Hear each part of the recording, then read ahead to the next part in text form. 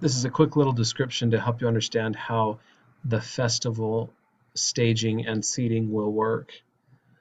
Here we have a depiction of the stage with the piano, and these are the risers. We have three rows of risers. If you add the floor, we actually have 4 steps in total, 3 steps actually on the risers.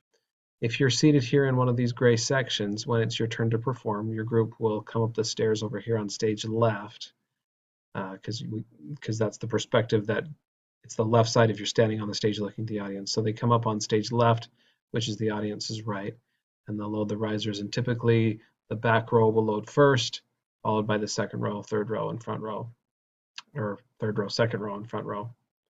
After you're finished performing, you'll generally come up on this side over here and go back to your seats.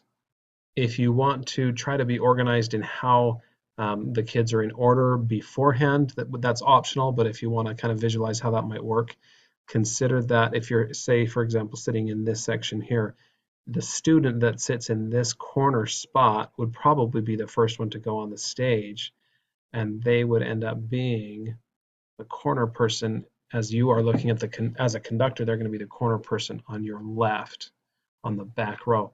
You could have them sit further back if you wanted to have the back row go on stage first. You just can think through how that would work for you.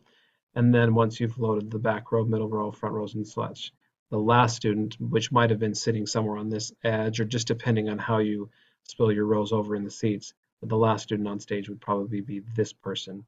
When they get off stage, your first row will go first, so you can think through how that's going to work as they come back to their seats. Generally, students are pretty resilient and able to find the seat they were in before.